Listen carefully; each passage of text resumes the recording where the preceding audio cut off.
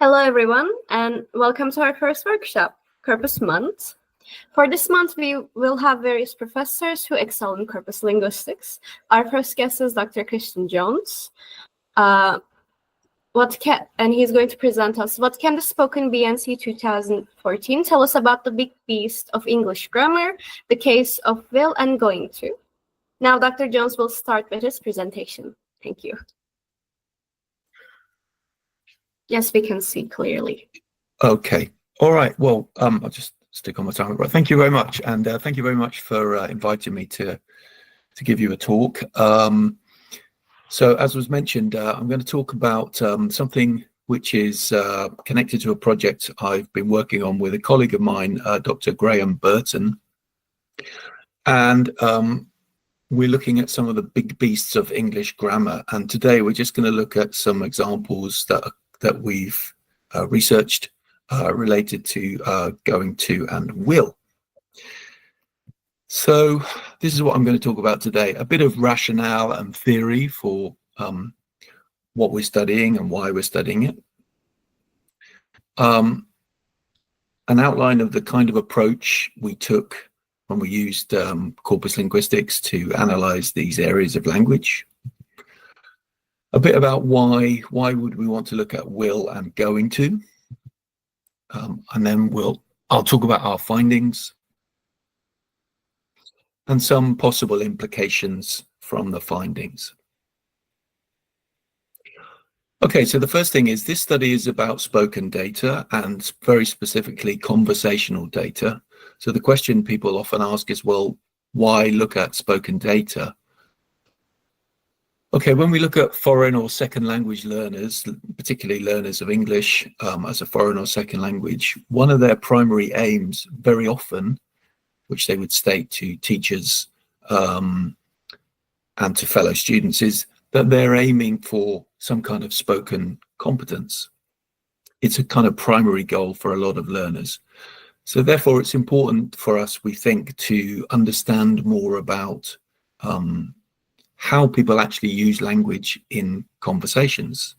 If learners are aiming for spoken competence, we need to know what's actually happening in spoken language, and as I said before, particularly conversational language. But there is still a tendency to use written contexts to teach, particularly to teach grammar, we think, and in some cases to describe grammar. That's changing. There's many more corpus informed grammars now which do look at spoken data, of course, but there is still a kind of this sort of tendency to try to look at written examples in order to teach grammar. And we think also there's been a limited influence of research on spoken grammar, on descriptions of grammar, and particularly pedagogical grammars. And there are missing elements in some existing grammatical descriptions. Now, of course, any grammatical description to an extent has to be selective. It can't necessarily tell us absolutely everything, but we think that perhaps some things, some elements of grammar as it is spoken, as it is used in conversations, have been somewhat missed out in some descriptions. So that's another reason for looking at spoken data. Okay, in looking at this data, we had certain theories that we were influenced by and which are kind of underpin what we are talking about. The first is a very old one. So Hymes in 72 talked about the idea of communicative competence. Now, Hymes wasn't talking about second language learning specifically, but we were influenced here by his kind of central idea that you can't really know a form without knowing also how it functions in context. So in corpus linguistics, you will know that we can look at the frequency of a form, we can look at how often something is used, but it's also important to know how it's actually working in context of use. So that had an influence on how we looked at this language. We were also influenced by Halliday and Halliday's idea of systemic functional grammar, systemic functional linguistics, sometimes called. And I'm not going to give a big talk about Halliday, but basically we were influenced by his idea of metafunctions of ideational, textual, and interpersonal metafunctions. So the idea that language can be used to express ideas, notions, etc. It can also be used textually to link things together, and in conversation we're talking about how turns can be linked together and how conversations can make sense, but also that it has interpersonal metafunctions. That means that language is used by speakers in order to maintain, to develop relations with the people that we're speaking to. So it's used interpersonally. So we were interested in those ideas as well, and thinking about that when we look at language in the corpus. We were also influenced by the idea of looking at empirical data over intuition. So by looking at naturally occurring data, we felt that we can make new discoveries about both form or forms and function or functions. So this is very much the kind of standard corpus linguistics idea that when you look at language in use, you can find things out about it that maybe your intuition wouldn't always tell you. So we were kind of influenced by the idea from Sinclair back in 2004, who said, you know, it's very important to trust the text. So when you look at lots of data in a corpus, it's very important that you kind of trust what it's telling you. Okay, so those were the theoretical underpinnings of what we went to look at. Our approach to looking at the data, and I'm going to get on to the specifics of the data in a moment, were that we looked at the Spoken British National Corpus 2014. So this is an open access corpus, about 11 million words. It's solely conversation. It's conversation between friends and family members largely, so it's largely informal, across the whole of the British Isles, and it's been made with thought to having a balance of genders, occupations, ages, and of course the geography of the British Isles. And probably most importantly to us is it's compiled without any preconception of the language it contains. So people were not told to speak about certain topics. People were not told what to say in their conversations. They are, of course, not scripted, but it's a kind of record of what is happening in a particular period of time. And we used the Spoken BNC in this study to look at different aspects of the data. So we took a kind of multi-stage descriptive approach. So we looked at basic frequency information. How common is this item? How frequent is this item, etc.? How commonly do these things go together? We also then took a kind of what we called a deep dive into the data. So we looked at concordance lines, so we could look at how the language was being used in context. We also used n-grams, so to investigate forms and functions and lexicogrammar. So n-grams are what the corpus will produce, which are, I suppose, what we might call lexical chunks or formulaic sequences. And they can be 2-word, 3-word, 4-word, 5-word. They don't tend to be longer than 5 or 6 words, and the frequency tends to drop after about 4 words. So it was important to look at those as well.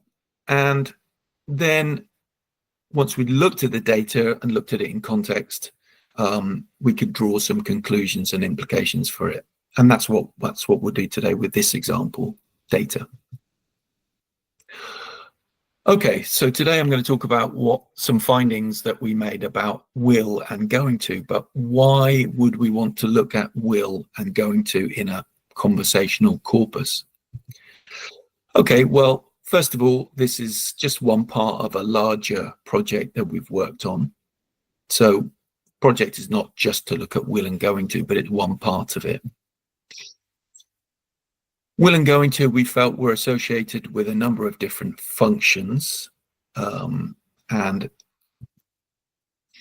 most importantly for the title and for the book project, it's what we've termed a big beast of grammar. What does that mean? It means it's an area of grammar which tends to receive lots of attention in course books, in grammars, and practice books for learners. So will and going to are given attention in all of these things that I've mentioned very, very commonly. Whether we agree with how much attention they get or not was not what we were interested in, but it's an area that we felt, well, if these are given lots of attention, what can we find out about them in terms of how they're being used in conversations? So that's what we were interested in. And in the book, we look at other big beasts as well. For example, modality is another area we look at. Okay, so we felt that they will and going to were a kind of big beast, and we felt it was worth trying to understand more about how they are used in conversational contexts. So we looked at those in the spoken British National Corpus. Before doing that, it's worth, and we thought as well, about what is the kind of conventional view of will and going to. How is it generally described in course books, pedagogic grammars, descriptive grammars, etc. And there tend to be different functions assigned to will and to going to. So will is often said to be used for spontaneous decisions made at the time of speaking, such as, the phone's ringing, okay, I'll get it. And also predictions, I think England will win the World Cup, promises, and of course, volition. Going to, on the other hand, tends to be described, at least functionally, as something used to talk about future plans or intentions, and generally the distinction is made to suggest that these plans or intentions are made before the person speaks. So, I'm going to meet my friends on Saturday, could be my plan, and the idea is that I've made that before speaking, of course. The other distinction that's often made is that going to is used for predictions, but often the function which is ascribed to it is that these predictions are made with present evidence. So the speaker looks at some evidence that they have now that they can see, and they make a prediction with going to. And the classic example, which is often given, it's not from a corpus, is look at the clouds.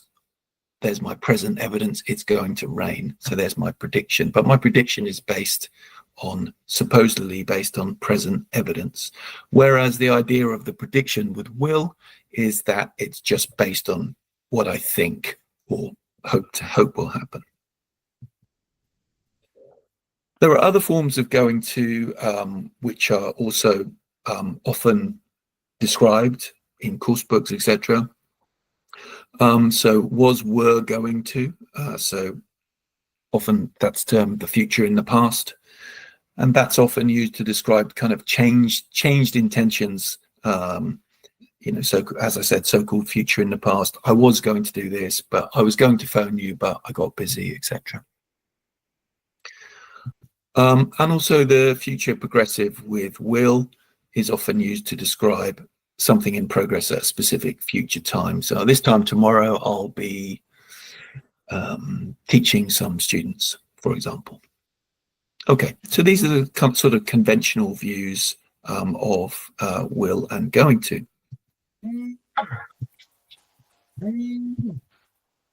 Sorry, just a moment.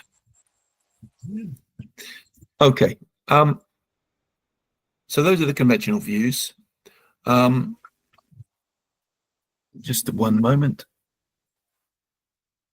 Okay, I need to just. Okay, excuse me. Okay, so first thing we did was look at some basic data for will and going to. And what we found was the following, which you can see in the table. So the basic frequencies of going to and gonna, perhaps predictably in the conversation corpus, were showed much higher frequency, significantly higher frequency for gonna compared to going to, and significantly higher frequency for contracted will, than the full form of will. What's also interesting here is that the negative form won't is, you can see, far less frequent, at least in this corpus, compared to the affirmative form. Something else we can see from this data is that both will and going to are a great deal more frequent than the future in the past, or changed intentions, was, were, going to, and also the future progressive and going to be plus ing. The other thing to say is, obviously you can see this for yourself, but will is more frequent, at least in this data again, than going to. That's not perhaps a surprise, because we know that will, as mentioned, has a great deal of functions. Okay, so we thought that was the first thing, which is, perhaps not surprising, but interesting in that, the idea that gonna and the contracted ul are significantly more frequent than the full forms, if you like. Once we'd looked at that data, we then examined 200 concordance lines for will and 200 concordance lines for going to. And this was to try to find out whether how many of these 200 lines had a future time reference, and try to investigate their functions in context. So we tried to look at it with an open mind, but we tried to look at 200 examples of each. How many of those 200 examples have a future time reference, and how are they functioning? Okay, and we pulled a random 200 concordances from the corpus for each one in order to do this. Okay, so what did we find? Okay, the main findings for will were, of the 200 lines, 141 clearly referred to future time. And in terms of the functions, prediction was the most common function. And often prediction was being used with other types of modalities. So sometimes adverbs or adverbial phrases in some cases. So for example, I've given them my Brighton address, so hopefully they'll stop hassling you after that. And second one, I certainly think by the time I get there, I'll have a feeling for what that particular moment is about. Often there was no real modality, but prediction was just presented as if it's fact. Now, there's a sort of contradiction in terms. Sometimes grammars do describe so-called future facts, but of course there are no facts in the future because it hasn't happened yet.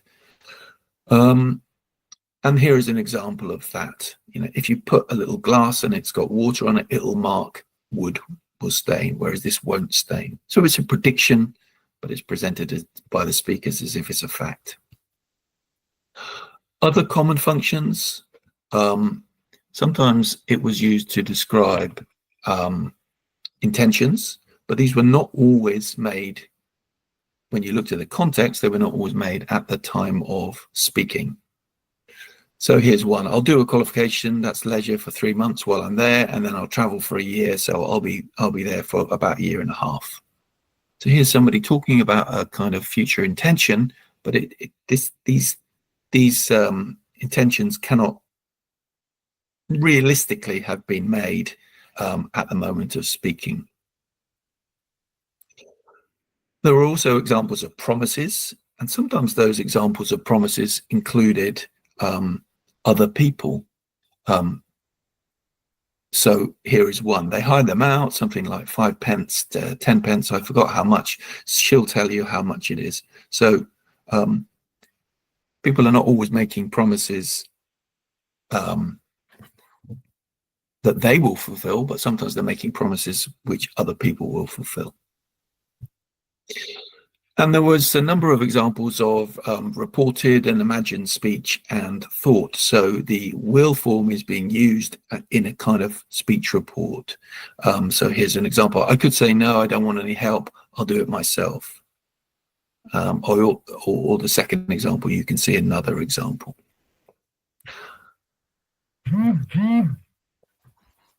Okay, in terms of going to, 89 of the 200 clearly referred to future time, so slightly less than will. And again, prediction was the most common. Predicting about the future was the most common. Now, something that comes out into the data later is that, sorry, just one moment.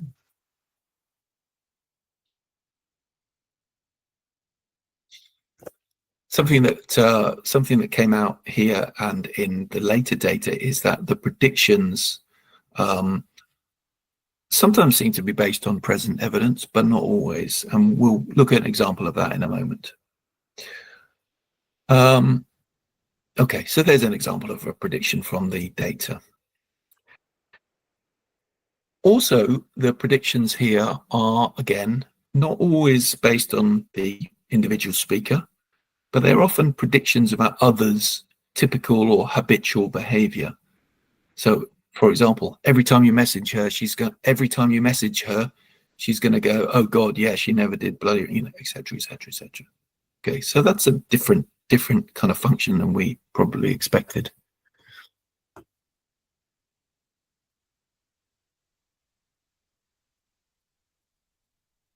Okay, sorry, just one second.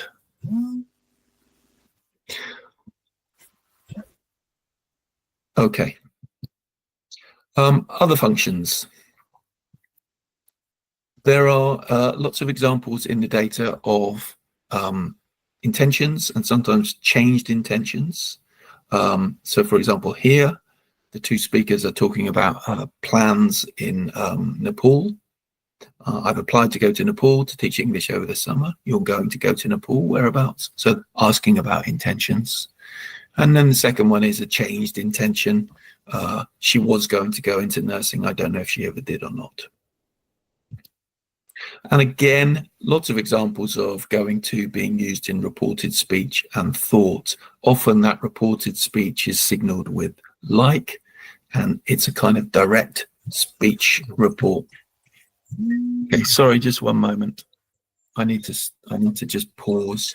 Seems like a very important phone call. Just one second.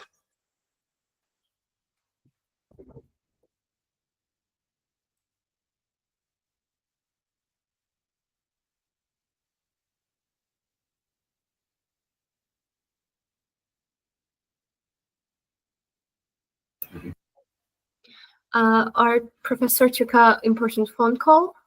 We're going to make. Sorry, it's my son. This is a bit of an emergency situation. I'm just. No, it's fine. I was just explaining as well.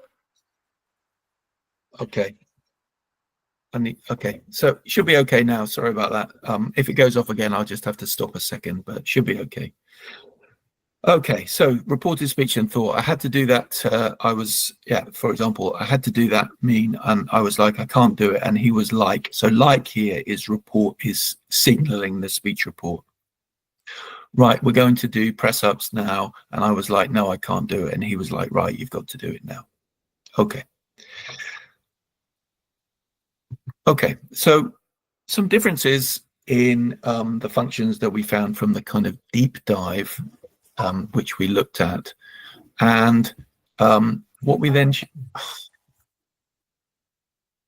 what we chose to do next was to look at the n-grams for both will and going to. So we looked at lots of different lengths of n-gram, but these are the examples from the 2 and 3 word patterns, and we've counted the ul as one word here. So you can see these for the ul and gonna at the top for 2 words and for 3 words at the bottom of the screen. What we thought was interesting here about these patterns was these frequencies. So you can see that with will, in the 2-word patterns, it's very common to, as we would probably predict, but to use adverbs with that particular form. But also we noticed the frequency of be following both will and gonna. And then we also noticed this kind of almost this other modal forms following directly after both of these. So we got will have to, and we've got gonna have to. And if you look at will be and gonna be, you can see the much higher frequencies of both of those patterns compared to the other top 10. And the same thing with gonna have to and will have to. Both of those are much higher frequencies. The other thing to notice is, probably not surprisingly, but the 2-word n-grams are in general much more frequent than the 3-word n-grams in both cases. So we felt that those patterns were interesting, and we felt that it was worth considering a little about how those are being used in context. So I'm just going to show you a few examples of those now. I mentioned here that gonna be and will be were highly frequent 2-word patterns, in fact the most common. What we found when we looked at gonna be was the most common adjective following gonna be was able. And there were a number of examples like this one where predictions are being made with able to of some kind. So here the 2 speakers are talking about they are 2 parents and they are 2 mothers, and they're talking about a child who's with them, and then they make a prediction based on what they can see, and they use going to and they use able to, and they say, the mother says, we're not going to be able to do this recording anymore once she starts speaking. No, it'll really interrupt things, won't it? Here you go. Okay, they have evidence there, they're making a prediction. But what's interesting is that high frequency pattern going to be able to, very, very common. So in this case, the prediction, as I said, is made on some kind of present evidence. But we also found a lot of examples like this, where speakers are talking and making a prediction, but the prediction is not based on any kind of present evidence. Here they're talking about a relative, and they're talking about their grandmother. What did you do at Granny's? Just the usual stuff. I think the work I did, we had the audiologist visit and we did some fine tuning on a hearing aid. Oh, really? Which seem, and I bought her a telephone that amplifies the sound. So, I mean, the thing is, I didn't want much amplification because she's using it with the hearing aid. Yeah, she's not going to be able to alter the switch if she needs something as simple as possible. This is a prediction. 2 relatives are talking about their grandmother who's not there. This prediction is not based on present evidence. It's a prediction based on assumed shared knowledge between the 2 speakers. So there were lots of examples like this. There is an assumption from one speaker to the other speaker that they both share this knowledge about the person. Therefore, that in itself is the evidence that they share. Okay, other patterns that we found. Again, if I go back to the table, you'll see that will be is highly frequent. And one use we found of that was, again, as a type of prediction, followed by an adjective, but it's a prediction which is being used in an interpersonal way to show listenership, to show enthusiasm for what somebody's telling them. So here they're talking about a boat trip that one of them is planning to make. So a boat down Ullswater sounds lovely. Oh, the steamer down Ullswater, and a little walk along the lake and some hot chocolate. Yeah, that'll be nice. Very, very frequent use. There were lots of examples of this sort of thing in the corpus. So again, we think of will as a prediction. Yes, it is being used to predict things, but at the same time, it's being used to fulfill an interpersonal function, to in this case, to show listenership and to encourage the other person and to show kind of interest in what they're saying.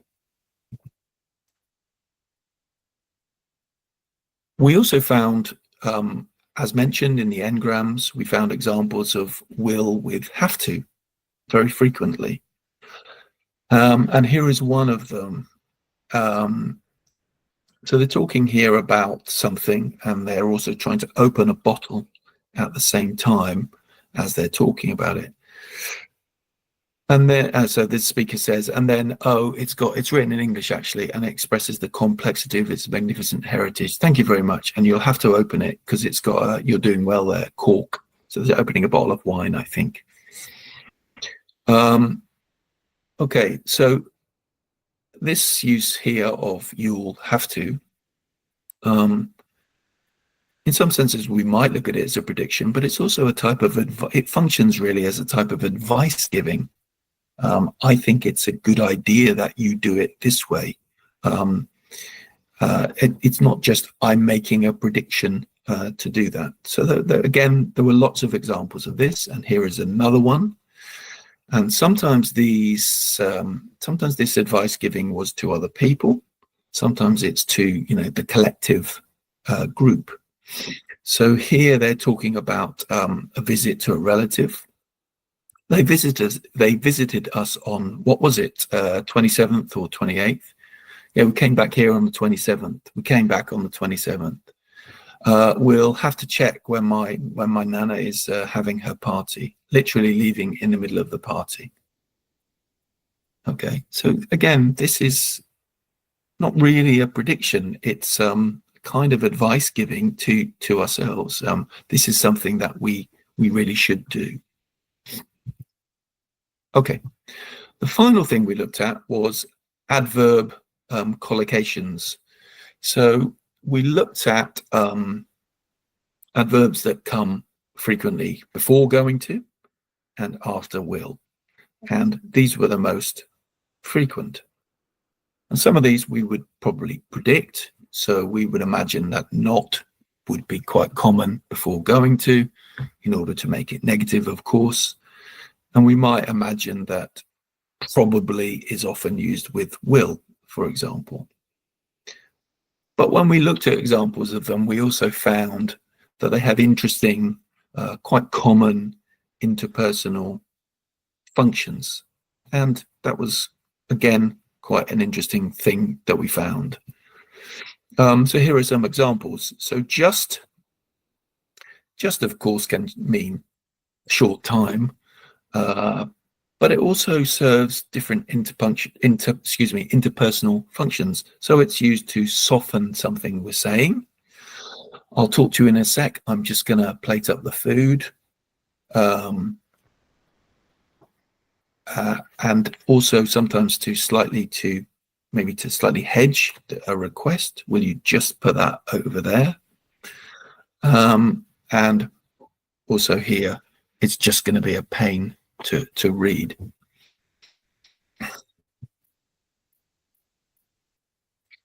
Always, on the other hand, again, was often used with predictions, but it's used to sort of emphasize often that something seems to be inevitable.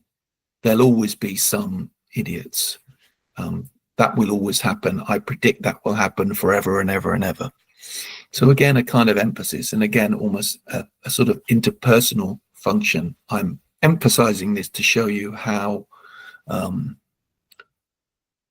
I think it is really, or how I think it is inevitable. Still and actually, again, you can see them here.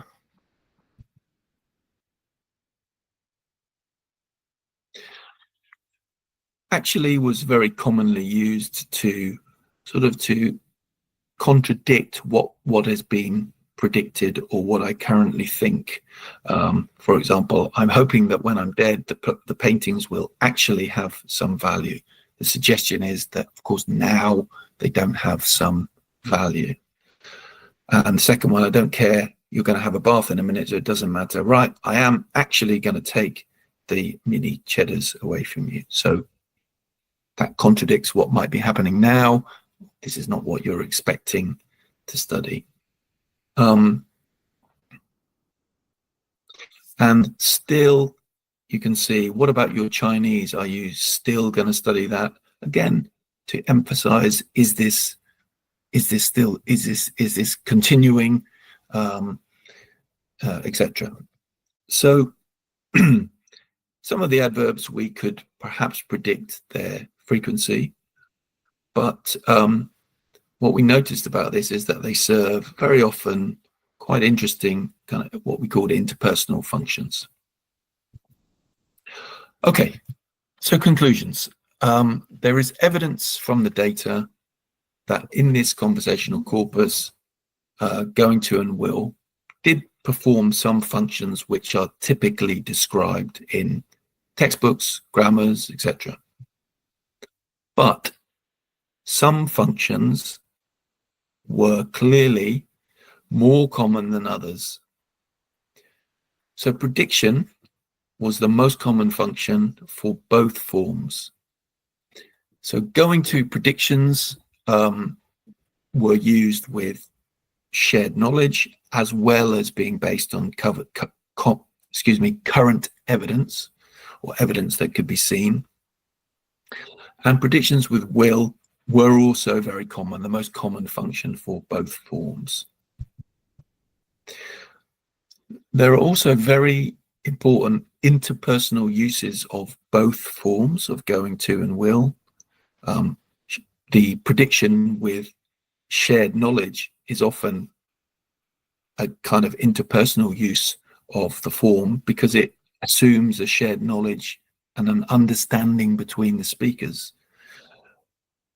The other example I gave is the use of that'll be nice, that'll be interesting, etc., as a form of listenership, as a form of encouragement for the other speaker. Yes, we could say on some level it's a prediction, but it functions really much more interpersonally.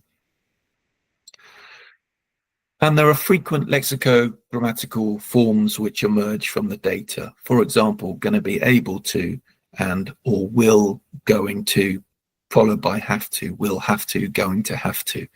And we felt that probably those are not often covered in descriptions of these forms, as well as the kind of more interpersonal uses that we've talked about, also not getting so much coverage in textbooks and some pedagogy grammars.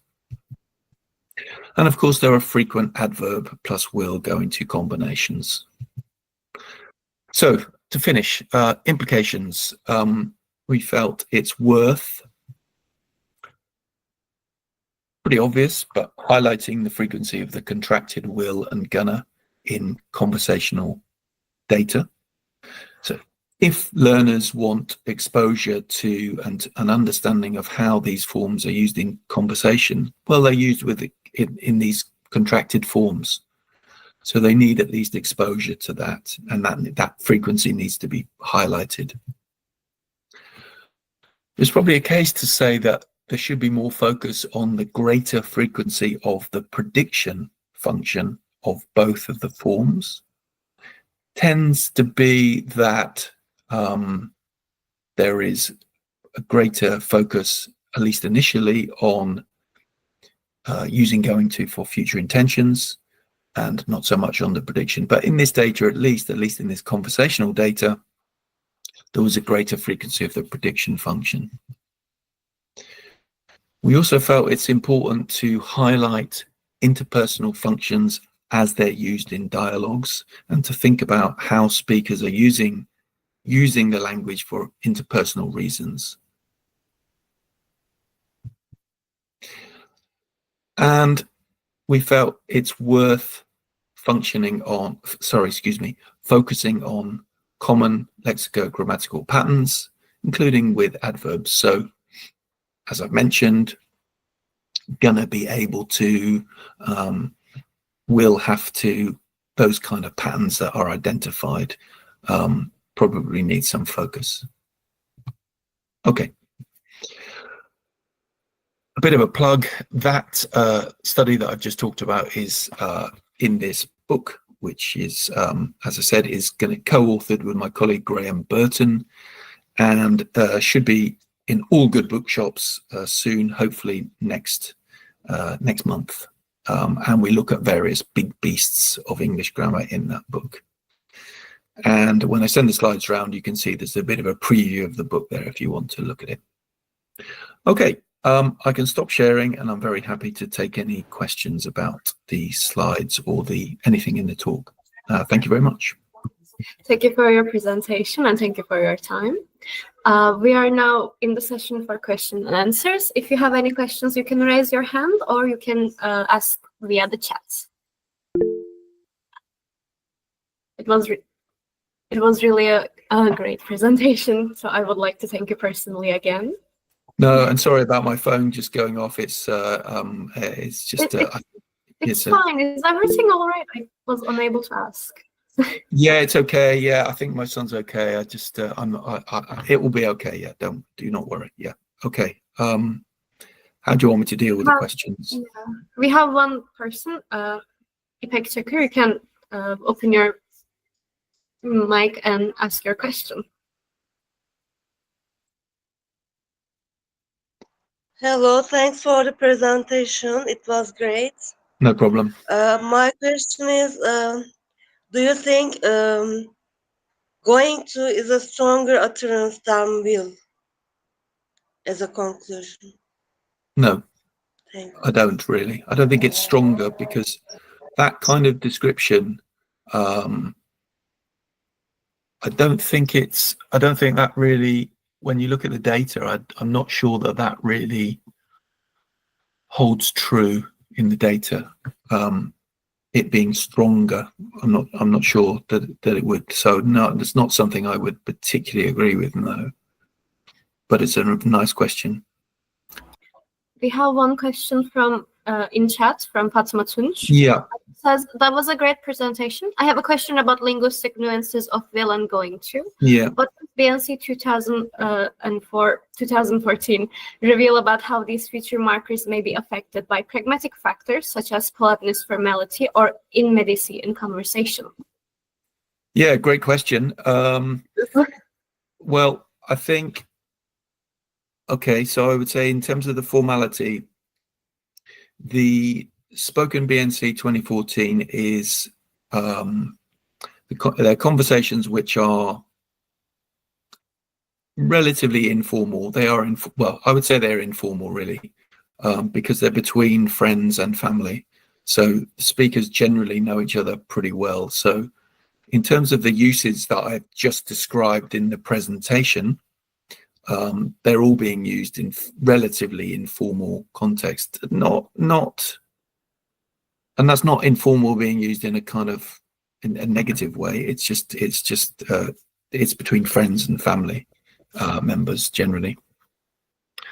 In terms of politeness and things like that, I think, you know, what we've talked about here, a lot of the uses that we looked at, the interpersonal uses of language are, you know, they are pragmatic, as you mentioned. So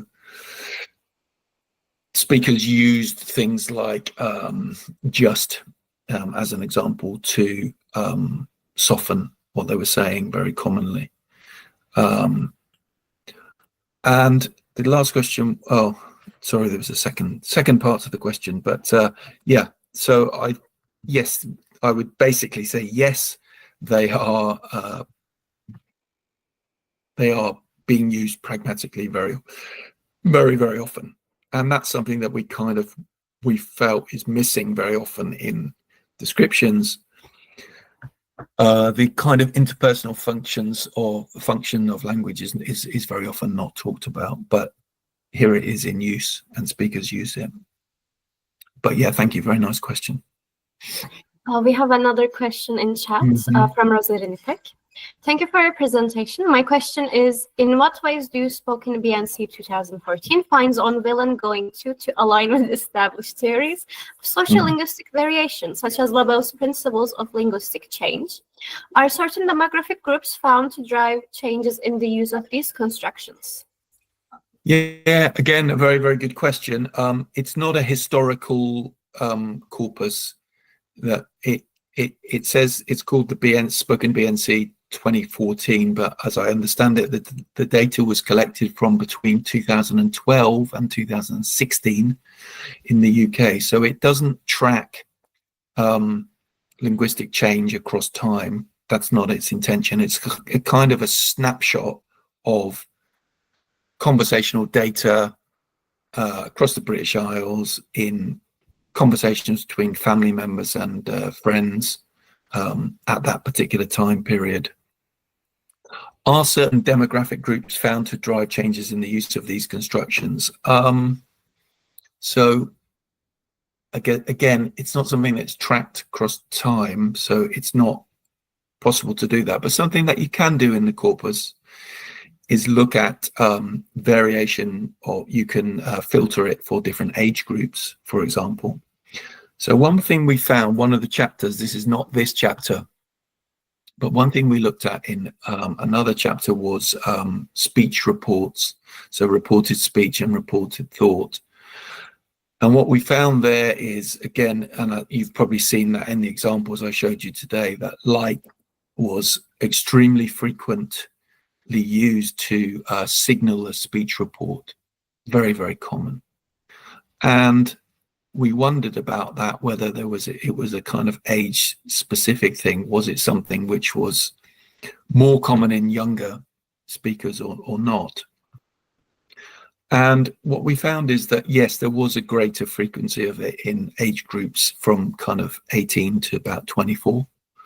So that does show sociolinguistic variation in that. It doesn't mean that older speakers don't use like to signal a speech report, but they use it less than that particular demographic group. But as for using it to describe changes over time, you'd have to do a comparison with that corpus with another corpus from an earlier, perhaps at the previous Spoken BNC, in order to see what's happened with those changes. Yeah, but a great question. It was a really great question indeed. We have another question in chat from Bilge Su Ateş. She says, thank you for your presentation. My question is, what interdisciplinary applications might arise from understanding the BNC 2014 data on will and going to, for instance, in computational linguistics, again, sociocultural studies or artificial intelligence we are having? What interdisciplinary applications might arise from understanding the BNC data on will and going to, for instance? Yeah, okay. Well, a very broad question, but a good question again. I think if you want to look, if you want to look at this socio-culturally, for example, you can look at, as I said, you can filter this corpus by age group, and I think you might be able to filter it by perhaps by occupation of speakers. I'm not sure about that. So you can look at it slightly socio-culturally. I think that would be more interesting if you were to look at this corpus data in comparison to another set of corpus data. The problem is there isn't another corpus which is really equivalent to the Spoken BNC. So there are other corpora around which have big spoken sections, such as the Corpus of Contemporary American English, or COCA, but their data is taken from TV shows. And while they're chat shows, they're not really comparable because there is still some scripting going on. It's useful, it's interesting, it's a great corpus, but it's very, very different. So I'm not sure. I think you would have to compare it to something which is equivalent, and I don't know of anything which is equivalent, which is unless there's something that would appear. Artificial intelligence. I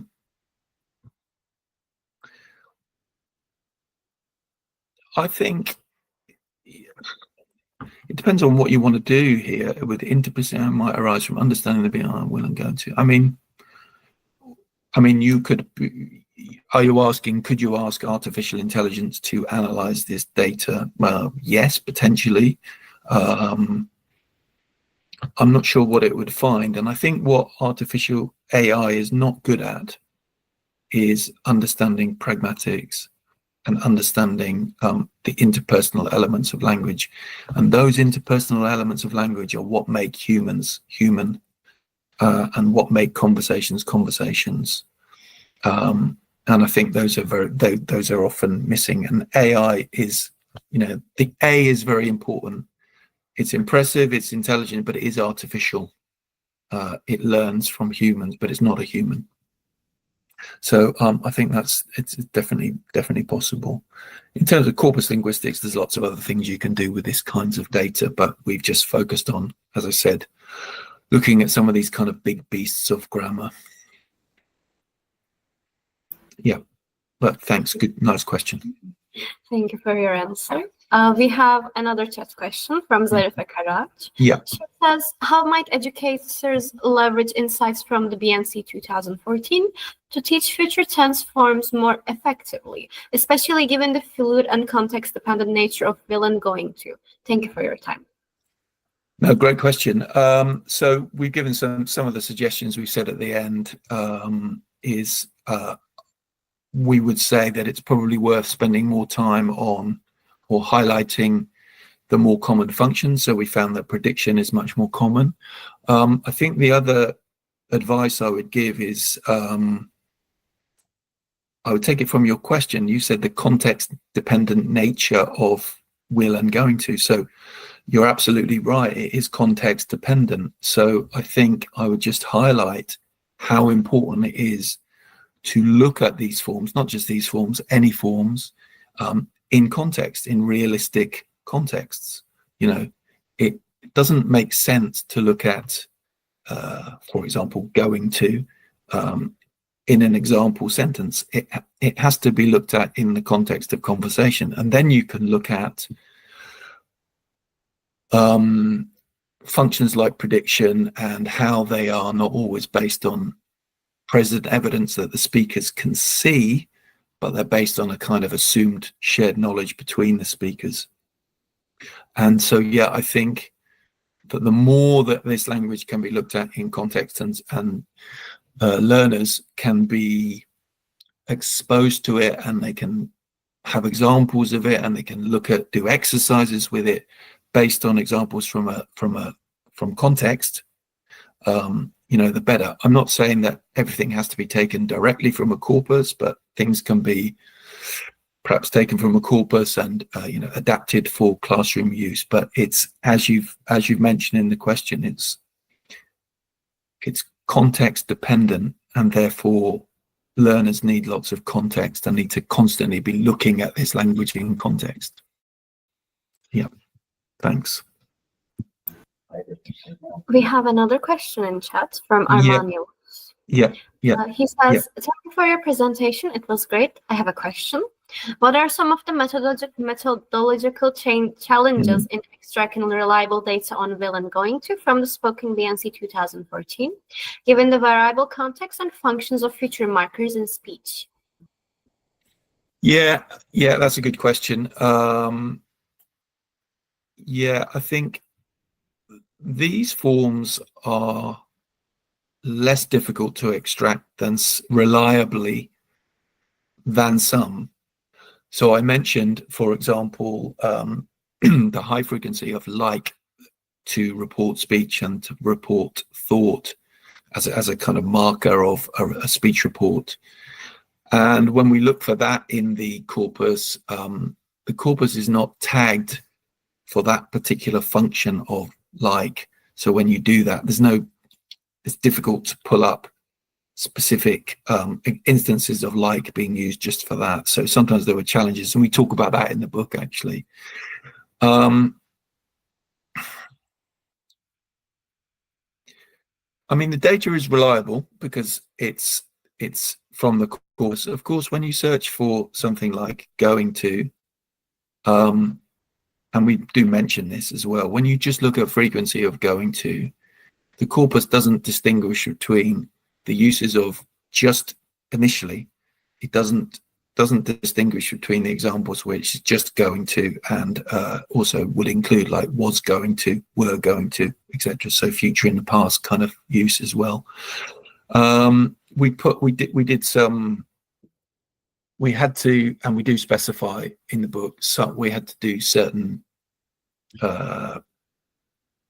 searches and filter the searches in a certain way to try and get to try and extract that. So for example, when we looked for will, obviously we had to do a search which made sure that none of the noun forms appeared in the although that's going to be less frequent anyway, but no noun form of will appeared instead of the verb form.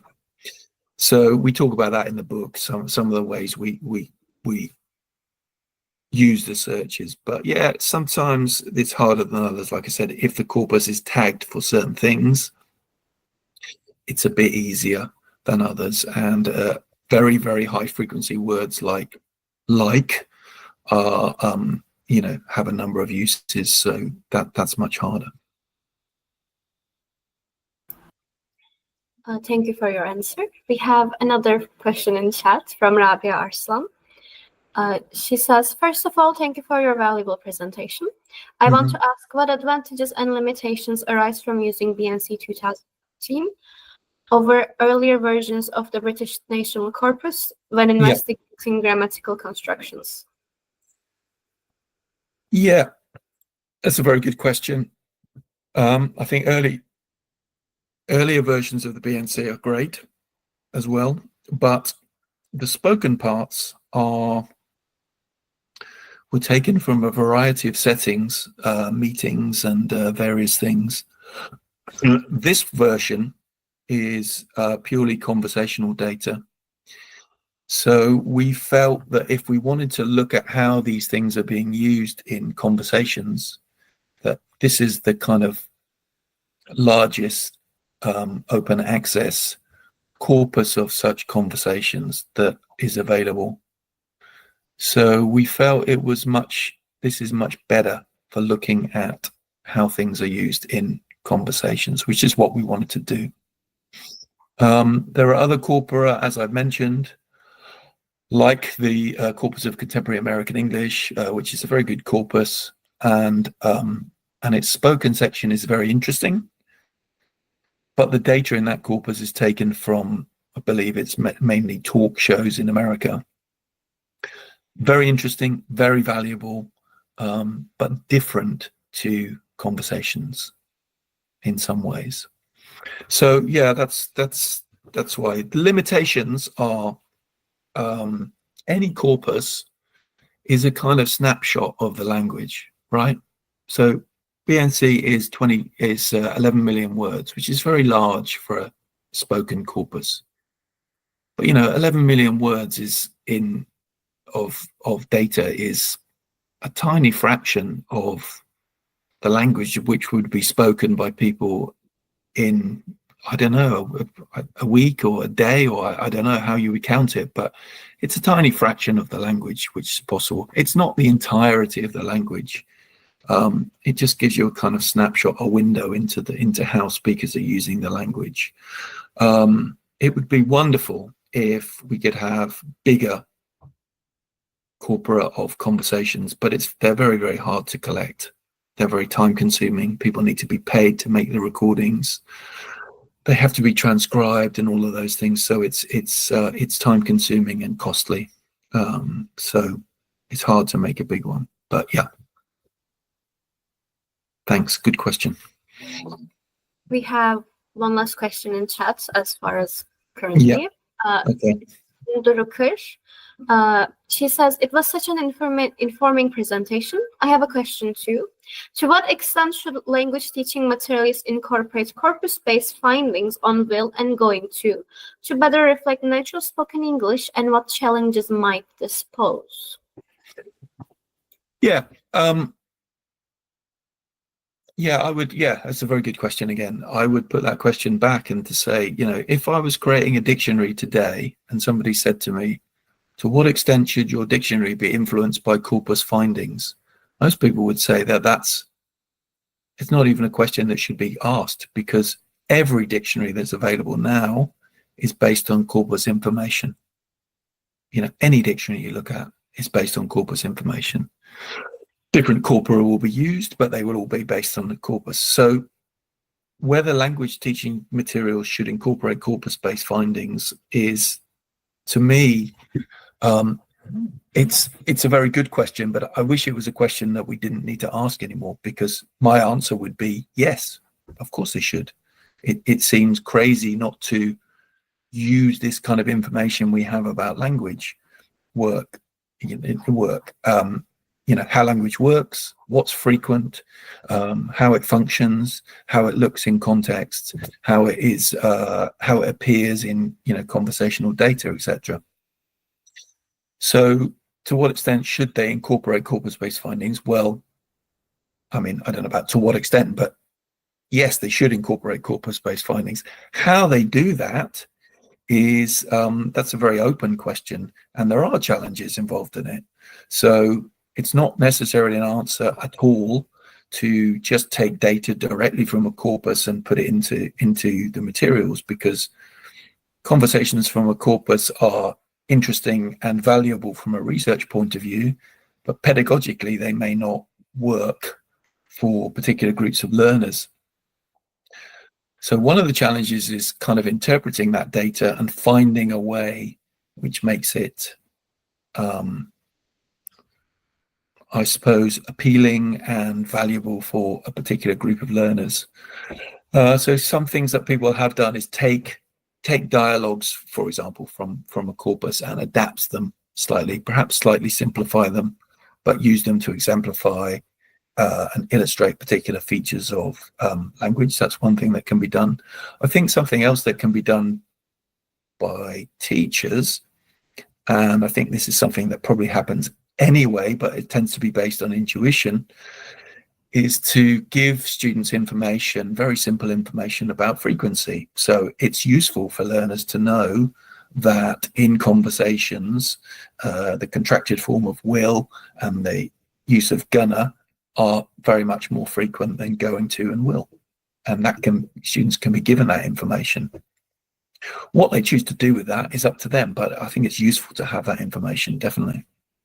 So those are a couple of things that can be done. It is a challenge because a corpus is not a corpus is a database of language. It's not something that tells people how to teach or how to interpret it for teaching. But I think language teaching materials should definitely incorporate corpus-based findings. Yeah, absolutely. Thank you for your answer. Are there any more questions that you want to ask?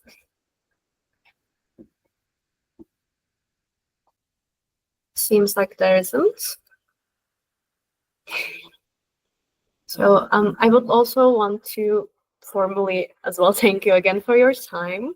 No problem. It was a lovely presentation. It was really informative. I am looking forward to your book. Okay, no problem. Yeah, thank you. Yeah, so I will send you a PDF of the slides, and you're very welcome to share it with all of the participants. Yes, we will definitely do that, and as well as our community as well. It will be really, it is really important. Okay. All right. All right. Thank you. Thanks for having me, and thanks everybody for coming along, and thank you for the very interesting questions. Thank you again. And for this workshop is going to end soon, of course. Since there's no more questions, we're going to end our workshop. I am hoping that your son is okay. Yeah, You're I'm all sure. hoping. Okay. Yes. Don't worry. Well, thank you for your time. Thank you for your presentation. Thank you for informing us. We're hoping to see, well, maybe work again, collaborate again, maybe next time. Yeah, sure. Yeah, I'm That would quite be happy to come and talk to you again in the future if you need me to. That's fine. Great. All right. All right then. Thank you ever so much. Cheers. Bye-bye. Bye. Bye. Thank you.